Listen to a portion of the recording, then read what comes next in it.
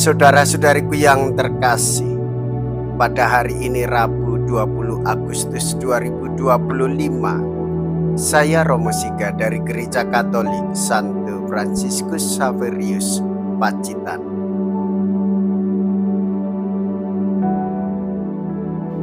Dalam nama Bapa dan Putra dan Roh Kudus, amin.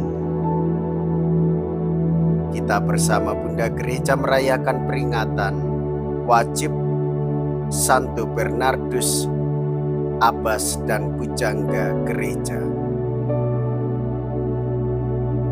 Sering sulit menjembatani karya dengan doa, aksi, dan kontemplasi. Bernardus, seorang abbas di Clairvaux, berhasil melakukan itu dengan gemilang. Cara hidup dan gaya karyanya mengungkapkan semangat kontemplasi dan doa. Namun hal ini tidak menyebabkan dia berada di luar kenyataan. Dengan giat ia menangani apa saja di mana ada kesulitan. Hidup membiara dibuatnya berkembang. Bakat-bakat mistiknya merupakan tanah subur bagi karya kerasulan. Iri hatikah engkau karena aku murah hati? Mea culpa, mea culpa, mea maxima culpa. Saya berdosa, saya sungguh berdosa. Semoga Allah yang Maha Kuasa mengasihani kita, mengampuni dosa kita, dan menghantar kita ke hidup yang kekal. Amin. Marilah kita berdoa. Allah Bapa yang Maha Kasih, cahaya kebenaran, Santo Bernardus Abbas, sudah kau nyalakan dengan cinta kasih akan rumahmu, hingga bercahaya kilang gemilang dalam gerejamu. Semoga berkat doanya kami digelorakan dengan semangat yang sama dan selalu hidup sebagai putra cahaya. Dengan pengantaraan Yesus Kristus Putramu Tuhan kami, yang hidup dan berkuasa bersama dengan Dikau dalam persatuan Roh Kudus, Allah sepanjang segala masa. Amin. Tuhan bersamamu dan bersama rohmu. Inilah Injil suci menurut Matius. Dimuliakanlah Tuhan. Matius bab 20 ayat 1 sampai dengan ayat 16a. Sekali peristiwa, Yesus mengemukakan perumpamaan berikut kepada murid-muridnya. Hal kerajaan surga sama seperti seorang tuan rumah yang pagi-pagi benar keluar mencari pekerja-pekerja untuk kebun anggurnya.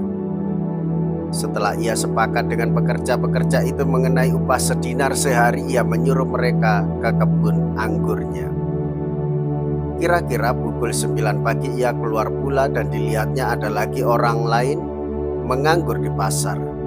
Katanya kepada mereka, "Pergi jugalah kamu ke kebun anggurku, dan apa yang pantas akan kuberikan kepadamu." Dan mereka pun pergi. Kira-kira pukul 12 dan pukul 3 petang ia keluar pula dan melakukan sama seperti tadi. Kira-kira pukul 5 petang ia keluar lagi dan mendapati orang-orang lain pula. Lalu katanya kepada mereka, "Mengapa kamu menganggur saja di sini sepanjang hari?" Kata mereka kepadanya, "Karena tidak ada orang mengupah kami." Katanya kepada mereka, "Pergi jugalah kamu ke kebun anggurku." Ketika hari malam, tuan itu berkata kepada mandornya, "Panggillah pekerja-pekerja itu dan bayarkan upah mereka, mulai dengan mereka yang masuk terakhir hingga mereka yang masuk terdahulu."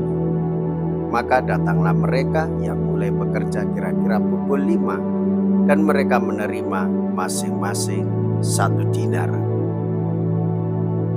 Kemudian datanglah mereka yang masuk terdahulu.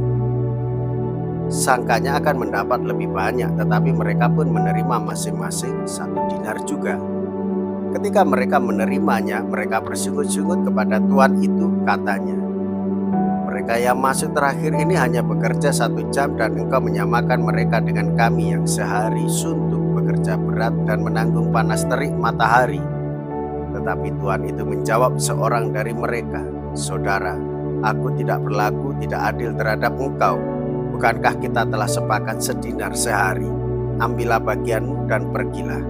Aku mau memberikan kepada orang yang masuk terakhir ini sama seperti kepadamu.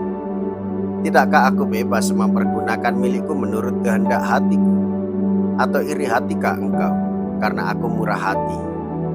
Demikianlah, orang yang terakhir akan menjadi yang terdahulu, dan yang terdahulu akan menjadi yang terakhir."